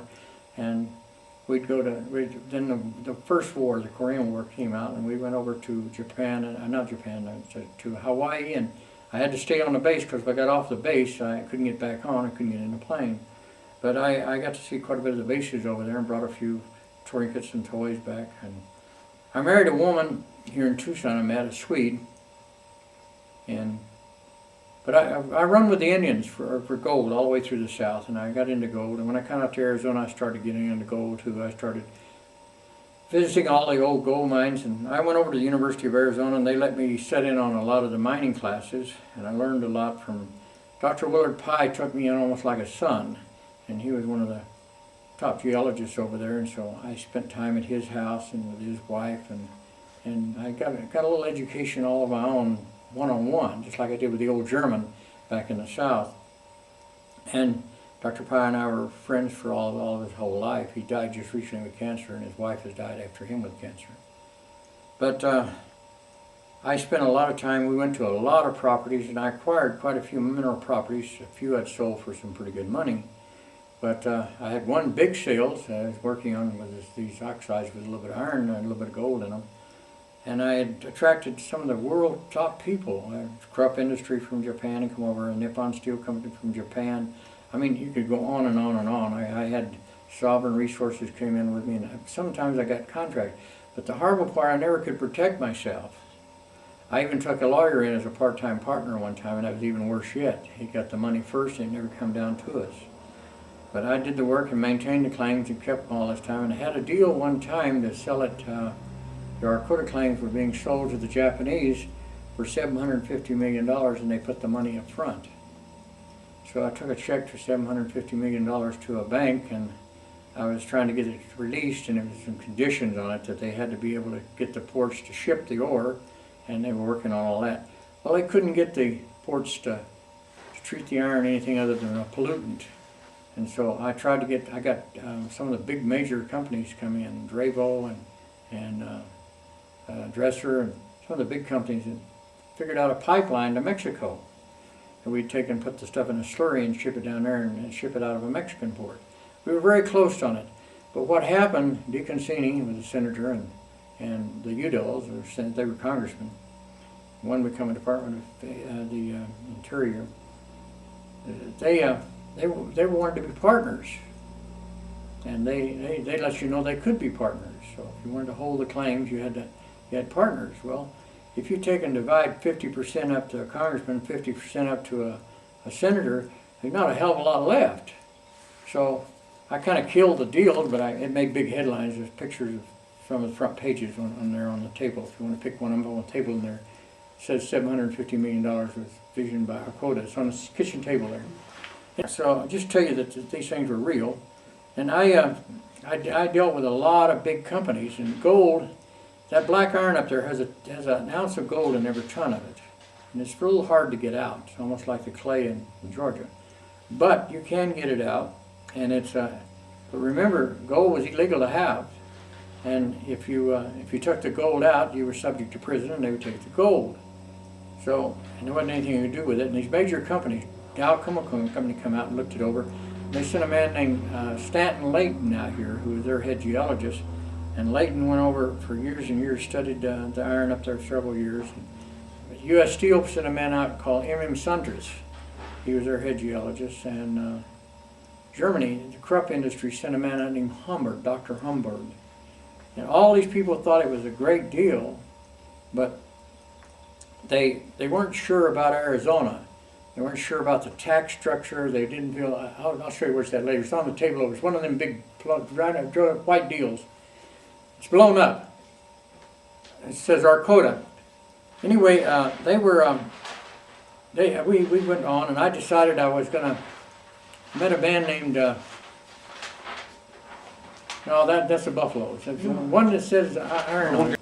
We did a lot of work on that. I got a job with Coca-Cola Bottling Company, Mr. Martin, and they paid me $22 a week, which was a lot of money in those days. And that was a 6-day week. And I worked for him. He had all the distributorships for the butcher paper. He had all the gold, and we started working a little bit around a lot of the places where the early Spaniards had worked, and I found most of the gold that I found in places where they had raspas, where they had a donkey that had drug a stone around and knocked the stuff out, and they would take mercury and put it in the raspas, and the gold would go to the mercury and it would become very gummy, and then they would do it over and over again. Well, in Arizona, as hot as it is, the donkeys wouldn't last very long. At 85 degrees, mercury will solivate and it goes into the air as a gas, and it'll kill anything. People around it really, really suffer like hell. They have big sores that come on them, and they lose their eyes. Their eyesight goes. They go blind, and their hair falls out, and their teeth falls out, and they don't last long after that. They usually die. So mercury is not the way to go, and cyanide's not much better either. Arizona's got this heat, and this heat it catalytically turns this stuff loose. So we worked a little bit of gold, but the gold wasn't that much. You'd get it out, and if you got to $22, $23, you could sell it to a jeweler, like I was doing down there. Or occasionally you could sell a little bit once in a while to some people that was leaving the country. Was going into Canada, or a lot of Canadians come down here. So I met a lot of Mountie people and other people that would take the gold and go to Canada. Later I got hooked up with a fellow named De Gracia. Gracia was a pretty well-known painter later part of his life, but when he was young, he would paint paintings, go down to Steinfels, and he couldn't even get the money out of the paintings for the paint and the fibers. He had a big U-shaped entry in there, and he'd sit down there in the coal and sell paintings. But then he started casting little figures out of clay, and then he got into wax casting, and I would sell him gold, and he would put it into various different little castings and stuff, and would sell the gold as castings. And he'd make a few crosses and a few things like that, and it was just very hard to get rid of gold, very hard. You mentioned Mr. Fisher. Mr. Fisher had some bad times when he was first working, before he ever found the Toosha or the rest of him. He was really starving. And he'd come out and visited me many times, and he'd come out and he said, "Joe," he said, "I'd like to get a few ounces of gold from you." And I always said to him, he said, "I'd really for you to melt it down into little pigs if you could, or melt it into blank coins or that, or if you want to stamp it with a stamp." And he said, "Here's some of the things I'd like to have on them." And what he was doing was taking these back and showing them as seed money to raise money on that. As a matter of fact, when he found the Toyota, I got one of the first coins off of it. As a matter of fact, I got 7 of them. I got one for all my kids. And this is on my neck. I think it's on my neck. I haven't lost it. I've had it here almost all my life, ever since he gave it to me.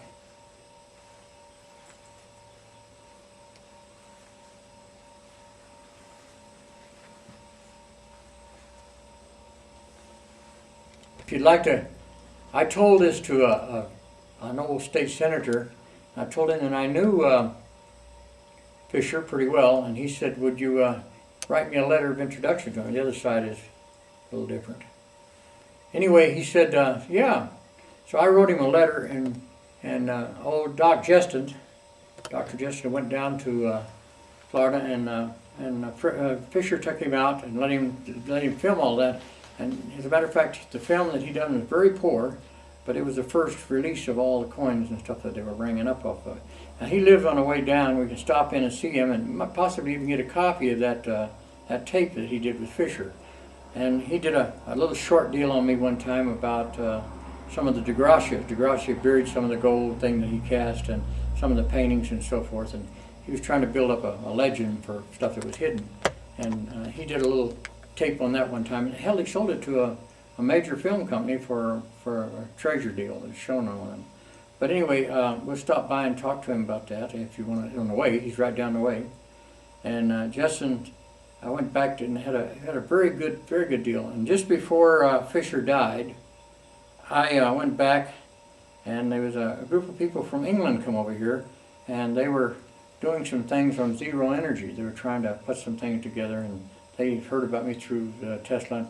They flew me and my wife back to Florida, and they took me through all their plant, what they were doing, where they were working from England, and my wife had a real good time. She ate in the restaurants over there, and that we went out in the park with the squirrels, and the squirrels were educated squirrels down there. They'd throw nuts at you to make you drop your food if you were there. They had pretty well down to a science.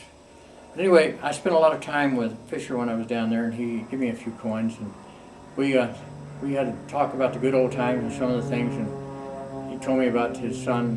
He lost his son, and his son-in-law, his wife, the boat turned upside down, drowned him. And he said, Joe, if I could correct that, if I could get it back, I'd give everything I've ever found for it. But we sat and talked a lot about the hardships and the legal things that he had. He'd go on for hours on all the legal problems he had. And he told me the story about Tucker. Did you ever hear the story about Tucker found all the gold?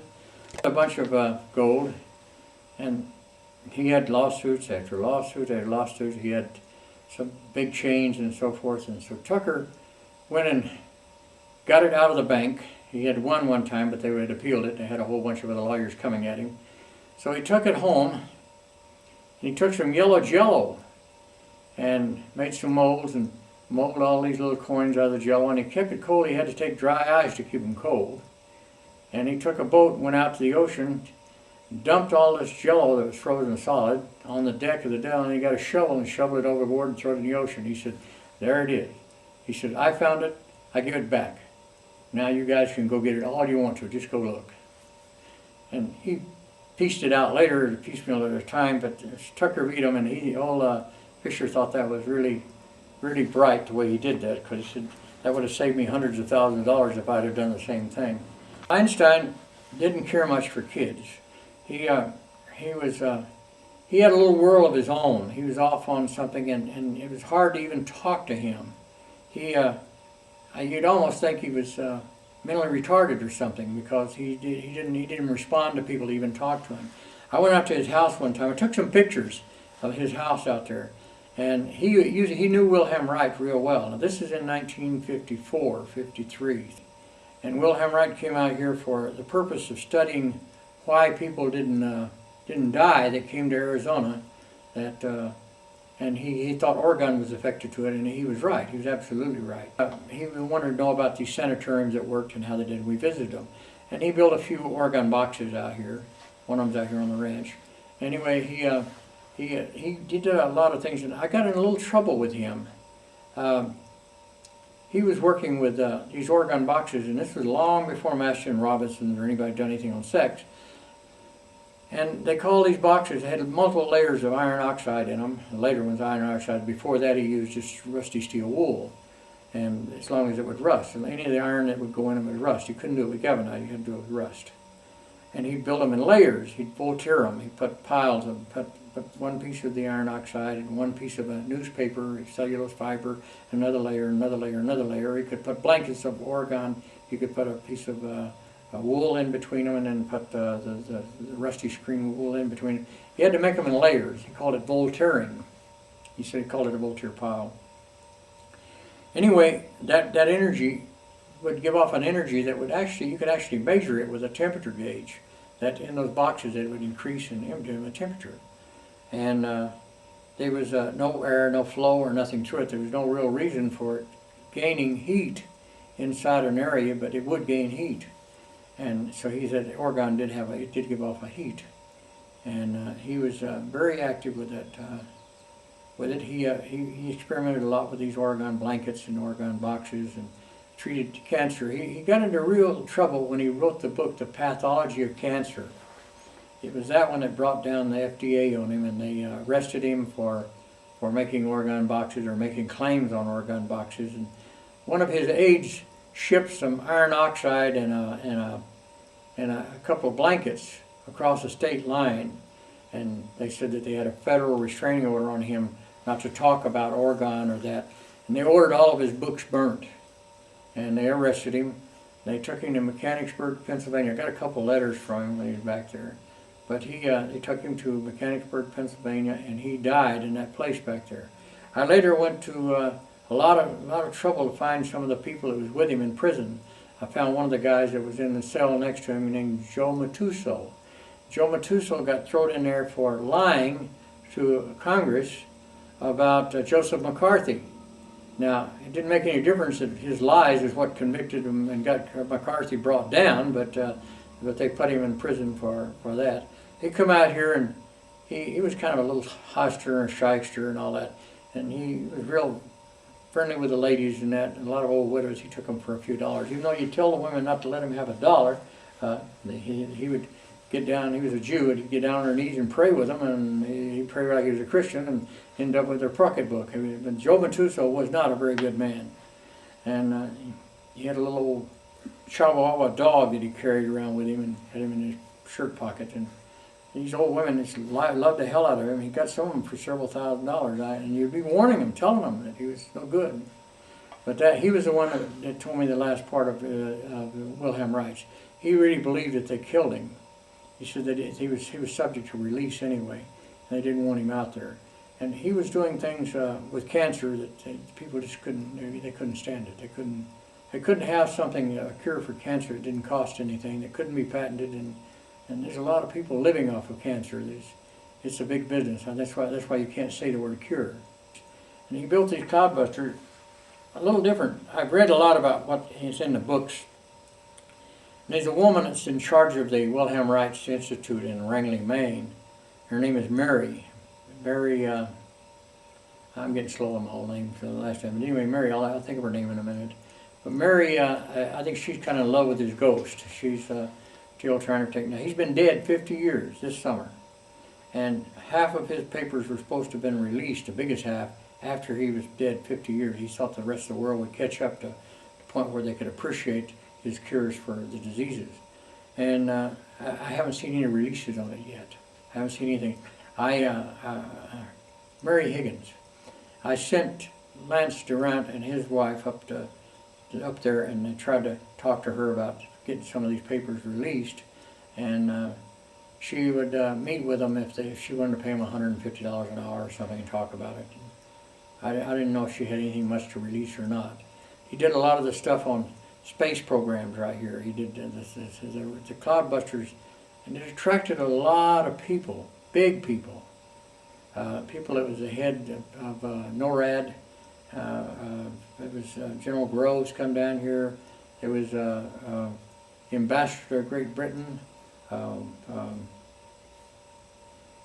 He had the head of Southern Arizona Bank, Mr. Lewis. These were big people. They were not little people. And Kefauver came here. He was a senator from Tennessee, I think it was. And they all met and talked to him and talked about what he was doing and what he was doing. And these rainmaking experiments got a lot of interest. At the University of Arizona, about 12 cases. I mean, good-sized filing cabinets. That's in the bottom, special collections. I don't think anybody's ever gotten into them. I told a guy that was from California, had a little paper called Borderland. and he run a little paper, and he tried to get into those cases over there in California, and he wrote a couple of papers in a magazine about them over there. But he did a lot of research on the people. A lot of people was alive at that time that knew Wilhelmrites, and they all had a chance. They got to spend time with him. And another man that I met in the 40s was an unusual man. He was a professor from Edinburgh College, and he was looking for gold. And he was the first man. He wrote a paper for the University of Colorado School of Mines, and the biggest part of it got in a Cornet magazine in 1936, I guess it was. Anyway, I've got a copy of that if you'd like to get a copy of it on him. And he's a very interesting man. I met him when I found out that he was recovering Kendall. Kendall was a professor from Edinburgh College, and he was out here looking at gold, and he had a place in Mexico called Artemisa. And he came to Tucson, and he met a school teacher about half his age. He was about 80, she must have been 50. Anyway, he may have had some help, I don't know. He had 2 boys by her, and he spent a lot of time here, and he went into Artemisa and opened up an old mine down there, and one of the Spaniards had worked on even. And he started taking gold out. I took a lot of gold out in Mexico. He was doing real well with it. He was taking gold out you couldn't even see. And he was using what amounts to a zeolite, kitty litter, as a trap. He was running the stuff through this kitty litter, and he was taking the kitty litter and refining the kitty litter and get gold. And he had acquired about a ton of gold, and he had a Dodge Power Wagon. And he loaded that ton of gold up and tried to bring it through at Douglas, and they arrested him. And they took the gold away from him, and he had a ton of gold. Now that was only about $400,000 when gold was $22 an ounce. See, gold is only 10 ounces to a pound. And he had about $400,000 worth of gold at that time. So they arrested him. They took him and found him guilty. He was guilty, he had the gold, and that's all it took. And when Franklin Delano Roosevelt put the Gold Act together, it was illegal for an American to own gold. You couldn't own a gold mine. Well, anyway, they brought him through the line, and they arrested him and found out about it. And I had visited him one time down in Mexico. I was trying to figure out how he was taking the gold out of the ore down there, and that's how I found out about the kitty litter that he was using for the trap. And I think he was doing some things with lye too, because I seen sodium hydroxide down there. But then they could have been making soap for it. I don't know, it wasn't that much, it was just a big canister. But anyway, he didn't tell me everything he was doing, but when he got in prison, they had a prison on Mount Lemmon up here. As a matter of fact, they called that Camp Road. It went to Prison Camp Road. And in World War I, they put all the conscientious objectors up here on Mount Lemmon at a federal camp up there. Later, they turned it into a federal prison minimum security prison. He was in that. I did everything I could get to get him out. And because of his advanced age, I got a couple of federal judges to listen to me just a little bit. And I hired the firm of Cusick, Watkins, and Fry. Fry later become the head federal judge in this county here. And so he managed to get him paroled to me as long as I would pay the government $4,800 a year for supervising his parole. So my wife set up a set of books, paid him the $4,800, and we took, out of the $4,800, we took his Social Security out first. I could do that to him. And I helped build up his only Social Security, so he worked with me for 20 quarters. And we did everything you could think of on the gold. He wrote a book with a Dr. Schramm at the University of Colorado School of Mines. And it was on how to recover ionic, and it was one of the first books I ever saw on that. I had a copy of the book, but it burned up on a cabin on Mount Lemmon last year, 2 years ago. Anyway, I would like to get another copy of Kendall's book with Dr. Schramm on ionic gold. A lot of the plates in that would have been hand-colored, so I don't think it'll be a widespread book. But it did explain, and I understand that that's how all the big gold properties up in Carlings and all that place up there that are mining real fine gold, they use that as the Bible, the guidelines to go on it. Anyway, he was one of the few people that I met that knew that soap water, you could take soapy water and you could separate gold that was called clay, and you could get it in the foam. and he was real sharp on all ionic and colloidal gold. And Kendall was a very brilliant man. He maintained it down the road. Man would use this ionic gold and colloidal gold to accelerate plant growth, and the plants that the people eat off of it would find that it had curative powers, and it was beyond belief. And he called it Methuselah gold. He said that people would live maybe twice as long normally by eating the gold in this water, the golden water he called it. He could take it out at that time and concentrate the gold out of water, but it cost too much money at that time. He was trapping the gold out of the water, and he said it was a different form of deuterium.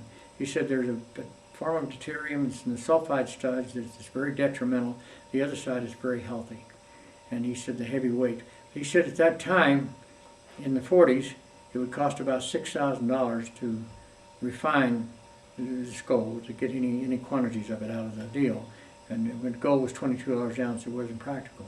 But now it's getting up there where it's at. And I think all the people you talked to about Champion and Hudson and all these other people that have experimented with gold, all of them have had copies of Kendall's little article in that paper. But Kendall worked with me for the 5 full years, and he spent a lot of time with my kids. He watered my trees. He done everything else, not just a lab. We didn't have a decent lab for him, and he did some experiments that still work. And while he was in prison up there, they got to him with the Mormons, and they made a Christian out of him, made a Mormon out of him. And after he got 20 quarters in with me, he got Social Security the rest of his life. So when his first Social Security check, he took a house trailer. I had a pretty nice Airstream, and I had a 4-wheel drive Jeep, and he took the Jeep and hooked on that, and that's part of the pay I gave him. And he left and went to Salt Lake City, and shortly after that he died. When I was quite young out here, I spent a lot of time at the airport. I was always interested in airplanes, and Hudson and 2 or 3 other people out here. And I'd go out there when I was a kid if I had any spare time at all, which I didn't usually have much. I'd go out and clean up the airport around I sweep all the stuff out of the hangars and clean all the grease off the planes and all that stuff. And they taught me how to fly and other things I didn't have to pay for, but I learned a lot from them. And in the process, I met a lot of people. Mr. Smith was working at the airport. Matter of fact, I got a good job through Edward O. Earl, who was on the airport board, and I finally quit working for Coca-Cola Bottling Company, which didn't pay anything, and went to work for Santa Vera Construction, which Mr. Earl owned. And in the process, I got to meet a lot more people all over. I always worked my way into covering up dirt or hiding something that wouldn't pass or something, and I was pretty valuable to the company. And I could have things pass. It was substandard, and I would save a lot of time and a lot of money sometimes for the companies. But anyway, I was pretty gifted, and I kept my mouth shut until I got to be an old man, and I got to meet a lot of the people in that. But Mr. Earl was at the airport. I met a lot of the people at the airport. And then one of the people that I met there was Howard Hughes. Howard Hughes come into town, bought 50 square miles of land, and then he built the Hughes aircraft missile plant out here in Tucson, and donated to the Air Force, and then rented it for $1 a year from then on, eliminated all the county taxes or state taxes. So it belonged to the federal government after that. But Hughes was always ahead of them, and he bought a bunch of land. He bought a bunch of municipal bonds, and what land he bought that he had to pay taxes on, he would take the money off the municipal bonds and pay for them. And if there was an understanding, if they ever raised the taxes on any of his land that exceeded the municipal bonds, he'd dump all the municipal bonds. So the mayor and council and board of supervisors and the rest of them knew that they were dealing with a man that had a little more brains than they had. But I met him, and I got pretty friendly to him. We got to talking about little odds and ends, and I was asking him about him. He one time asked me, he said, what are you interested in me for? What? I said, well, you're a very successful man. And I said, when I was a kid, I was interested in Lipton, the man that come up with tea. I read everything I could read about him, and I read about all the people that built little empires like Baker Chocolate and all these people. I said, I just looked them up. I was interested in how these people had made their money and how they struggled. And I said, it wasn't always easy for you. He said, okay. He said, tell me about me. And so I sat down and talked to him, and I said, well, you were showing promise. You had a lot of money. You could do whatever you wanted to do, and you were kind of spoiled, I guess. He laughed on it, and then he said, he said, well, what else? And I said, well, when you were real young, you had an uncle who taught voice. He was an opera singer, and he taught these movie actors, particularly the ones that were coming into talkies, how to talk and how to that. And he said, yeah. He said, that's my uncle. And he was going on talking about it. And I said, and through him, I said, I guess he was kind of a high-class pimp. He lined you up with a lot of beautiful women. Or he had cracked up. He really cracked up. He said, I did have a stable of beautiful women. And I said, I never could understand how somebody hadn't wrote a book about you, about what a lover you were, or a poor lover, or a bad lover. And he laughed like hell, and he said, I usually sign them to a contract. And so I left them with a little bit of money, and they're not supposed to do any of that thing unless they meet my lawyer. But we talked about a lot of things. And I said, one time you had a woman in a car with you, and a young girl, and you were driving down Hollywood and Vine or someplace over there real close, and said some drunk fell out between the car and you run over him. Yep, so they killed him. And I said, you handled it pretty well. He said, tell me how I handled it pretty well. And I said, you flagged down a bus that was going by and put the girl on the bus to get away from it. You stayed right there until the police come, told them who you were, and I said after they filled out the paperwork on it, you told them there was another lady that was a witness to what happened, that the man just stepped out between the car and there was no way in the world he could have hit him. I said, and he went to all kinds of deal. Newspaper had a big write-up about a wealthy millionaire that had killed a poor man in California. And he was laughing at it. And he said, well, then what? And I said, well, you went to the inquest. And I said, they knew there was another witness. She never revealed her name or anything. And said she come in, big hat, walked into the room, identified herself, got on the stand, and give the testimony, and all was taken down. She gave him an address and left. It was all over. She was gone. And they went to looking for her, the press and all the rest of people, and it was a vacant lot, the address was. I said, she just disappeared. Nobody ever knew where she was. And I said, they found it was unavoidable, and I said, that old drunk that she ran over must have had more relatives than anybody in California, because they come out of the woodwork. All of these people who were trying to sue you and all this other stuff. But I said, she cut it loose and it was all over. And he sat there and shook his head for a few minutes, and he said, well, you told me one. I said, well, you tell me one now. I said, well, it's something that he said, well, Joe, one time I went into an airport. And he said, I literally owned the airport. I owned all the TWA lines that were going in at that time. They were going after me big time, going to take everything away from me. And said, some of these penny pinchers that was working for me tried to make me more money, as though I really needed it. And said they put a dime machine on the toilet to take a crap. He said you had to have a dime. And he said, here, I never carry any money. I never carry any money. He said, I had to go to the bathroom, and he said, I'm 6+, you know that, inside. And said, I had to crawl under that damn deal. He said, I had a mechanic go in and knock all those damn things off before I left town, off the dime. He said, we took the dime thing off. I laughed at that one pretty good. He told me a few other little things about him and so forth. And I'd made a control tower that I had taken out at the airport after war. They had a control tower that was sitting up on about 60 foot of oak. Couldn't get steel during the war, and they took the control tower down, and they put a brand new tower in, and I could take it down. And Mr. Smith was running the airport. He said, Joe, you want that tower? And I said, yeah. He said, just get it off of here. And he didn't give me any deadline on getting it off, and all this oak timber went up 65, 70 foot in the air. So I went up with a railroad jack and jacked the thing up on the side, but I put a chain on the other side so it wouldn't fall off. And I'd saw 6 inches off, and I'd drop it down on that and chain it down on that one, and I'd go on the other side and drop it off. So it came down very slow.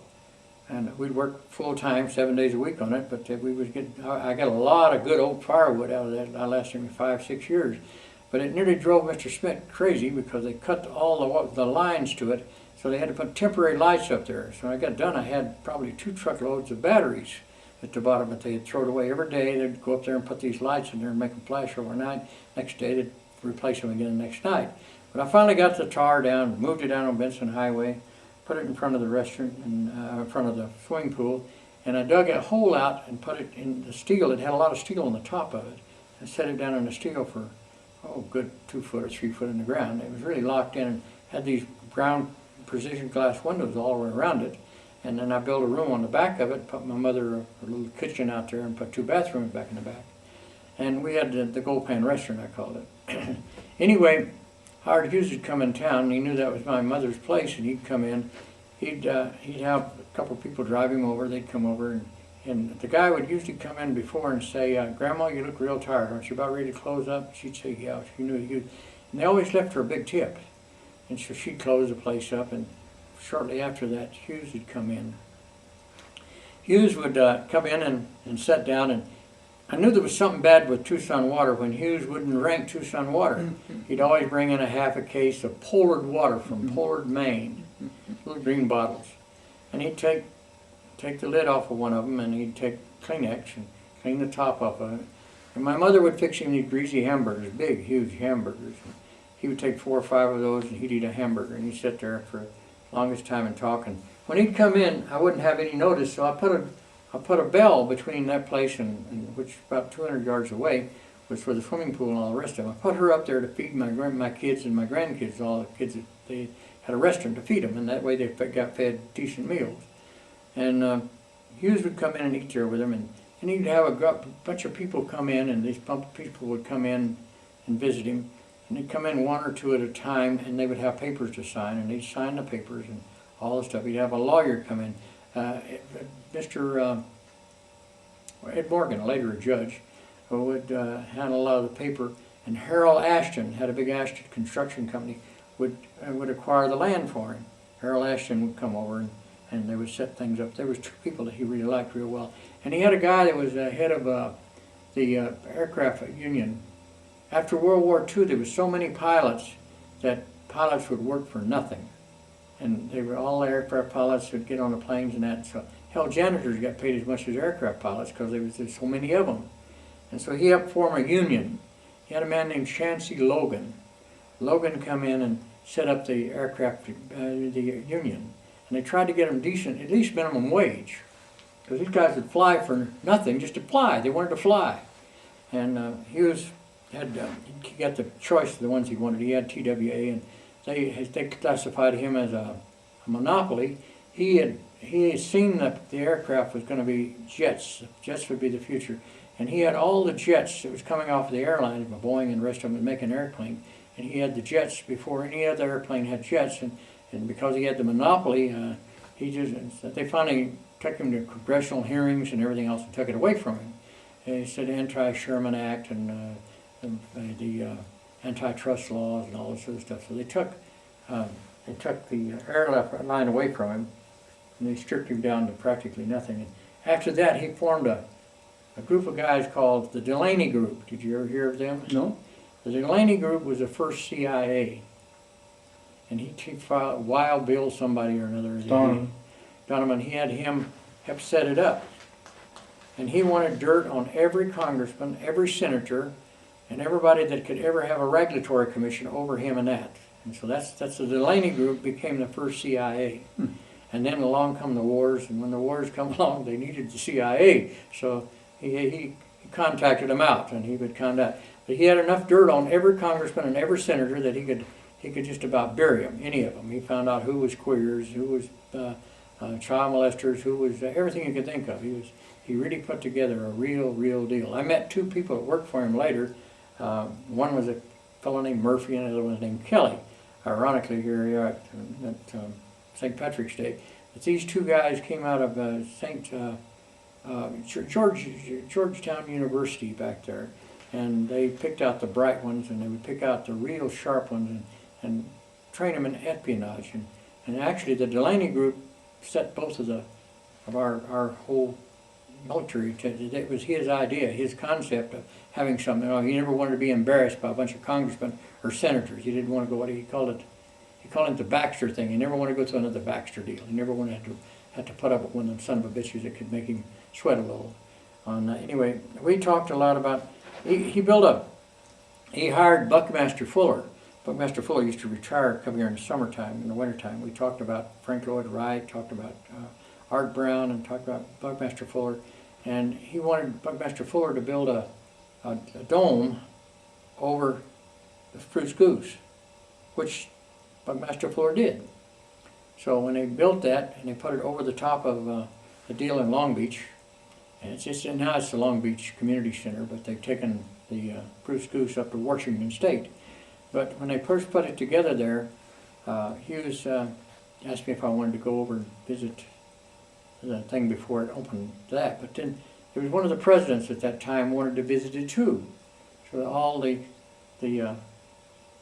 people was there. They made them all leave the place on that. Buckmaster Fuller and Hughes and me and two other people that was his people was real close to him got to stay, and they had the president go through the place and look through the plane and set the seats and all the rest of the stuff, all that.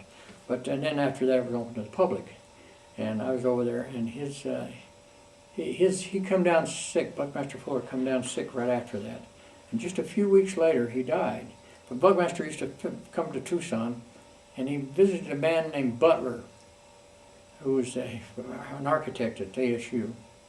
And they used to talk and sit around, and he would take some of the bright kids by invitation, and they would all sit down in a room like this all around him, and he'd get on a stool, and he'd talk all day and all night if he wanted him to, and the next day he'd be still going the next day. And Fuller was really, really, really a bright man. And so he, Henry J. Kaiser liked the idea of what they were doing over there. And Kaiser had a lot of steel mills and stuff over at Eagle Mountain. And I went over and got a few magnetic wheels and a few things from Kaiser, and got to meet Kaiser. I worked my way. Kaiser was a hard one to meet. I walked into Kaiser's office, and his secretary said, "Who are you?" And I said, "My name's Blankenship." And he said he's busy. He doesn't see anybody. He doesn't see anybody without an appointment. And I said, "Well, do one thing for me." I said, "Tell him you've got a man out here that wants to see him for 1 minute. Not 1 minute more, just 1 minute." And so she went in and come back, and she said, 1 minute. So you got 1 minute. So I walked in the door, stuck my head in, and looked at him. He was sitting behind the desk, big, happy-faced man, looking at me. 1 minute. And I said, "Thank you, Mr. Kaiser. I thank you from the bottom of my heart. Thank you." And I walked out and shut the door behind me. And I got to the elevator. Here was Mr. Kaiser saying, "For what? For what?" And I said, "If it hadn't have been you building boats faster than they could sink them, we'd have probably a Nazi flag over California right now."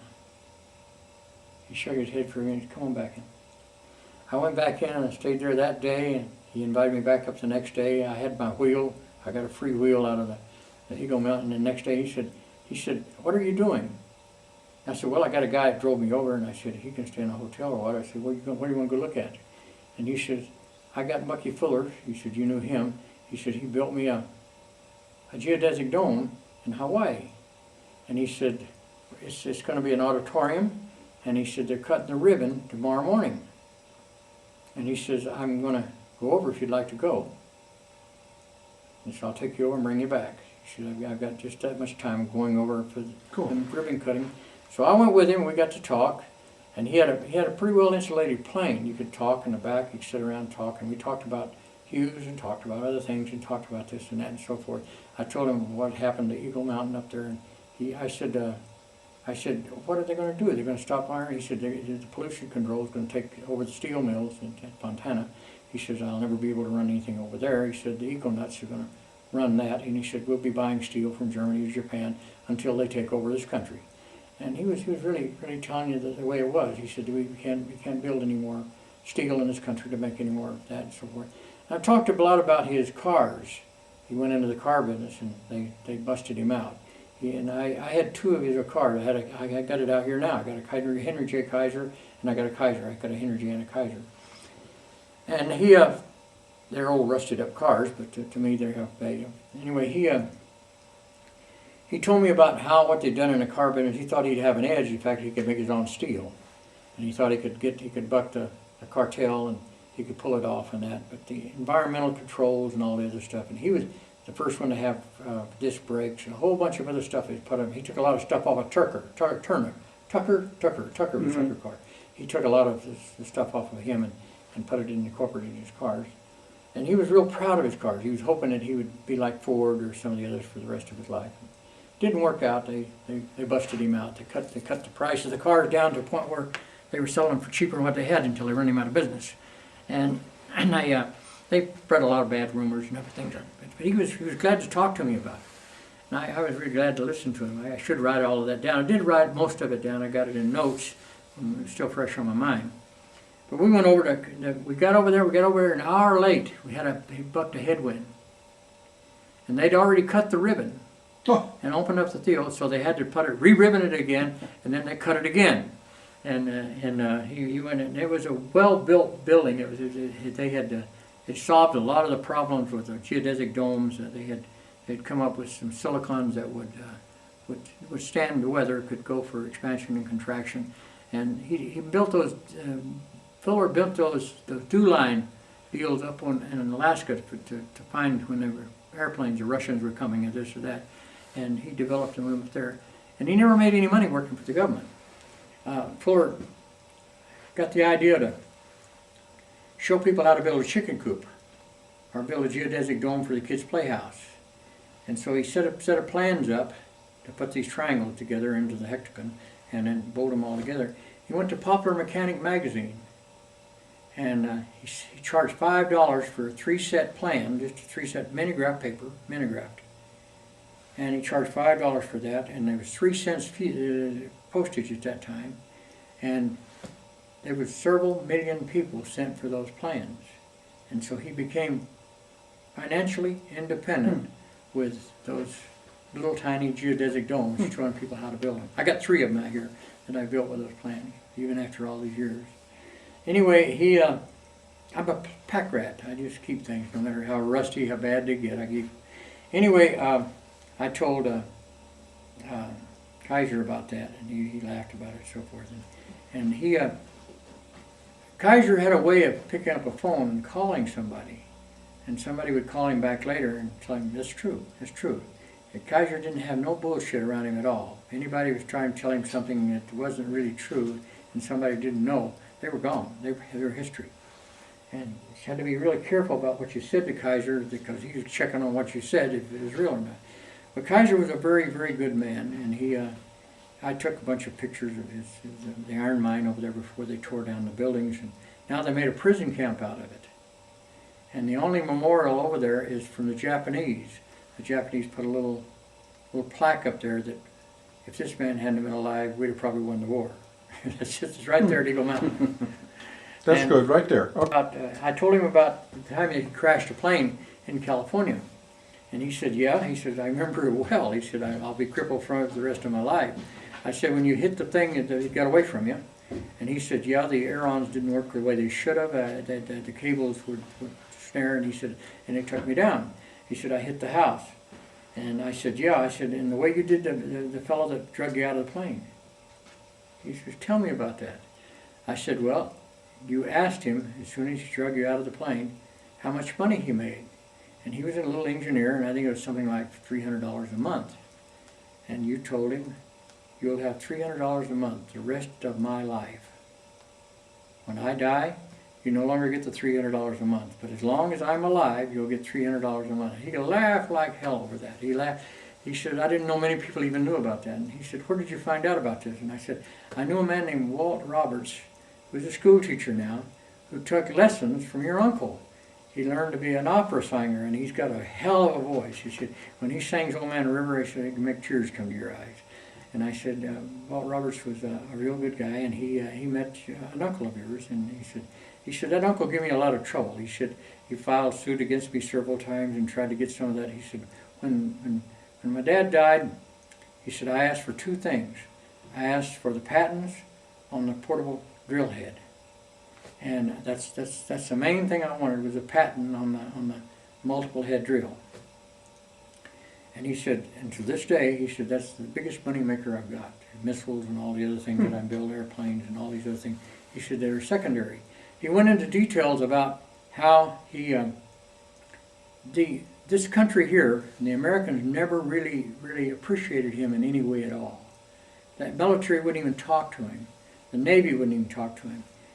So he was going to run a plane in the Bendix.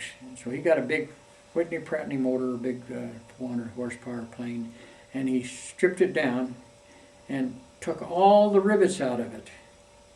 And then he put them back in with an epoxy glue and screwed them in, and then ground the heads off of them. After he tightened them down as tight as he could and put Loctite on them, all that, then he took all the little rivets off of the airplane, every single one of them off. And he, of course, set a world record with that plane. The only people who were paying any attention to him was the Japanese. The Japanese done that to their Zeros, every one of the Zeros. And that nearly cost us the war, because they were so much superior to anything else. We finally muscled up with some of our planes, put so much power in them that we could overcome the maneuverability. These little Japanese could go all around us and shoot hell out of us and knock our planes down. They didn't even have any armor on them. And we come up with that Wildcat and a few others, and we finally worked our way back up, but it almost cost us World War II. And he was real proud of those planes that he built and the things that he put together. And he was real proud of the fact that he built the Spruce Goose.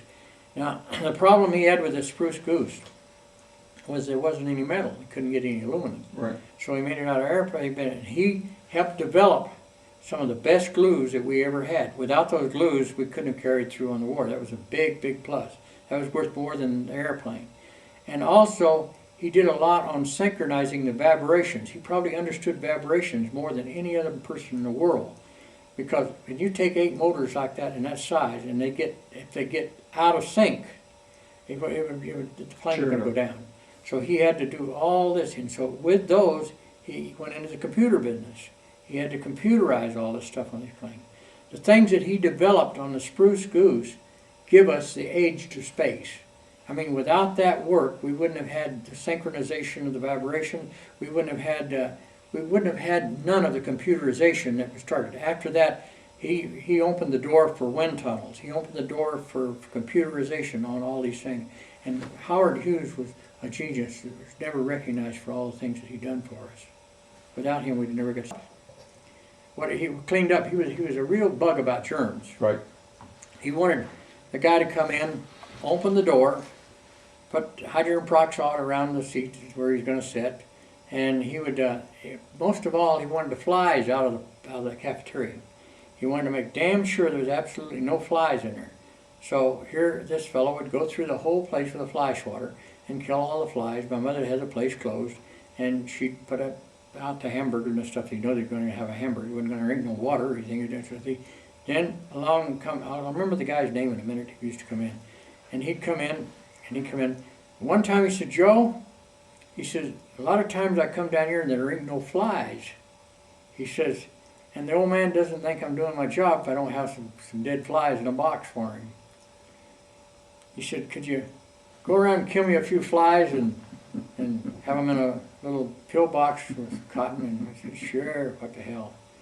So I killed him a few flies and had them for him. And next time he'd come in and he looked around, he said, "There's not many flies around, Joe." I said, "Yeah." It's like, "You get a box for me?" "Yeah, I got a box for you." "Okay." I give them to him. So he'd put them over in his box, take them there. And I forget the guy's name, but Hughes looked at the flies, nodded his head. And he reached over and got the box, pulled it over in front of him, and he reached over on the table and got a toothpick and he turned them over. And he said, "Hal, don't try to ship me, those are stale flies." I cracked up. I really cracked up. I couldn't take it anymore.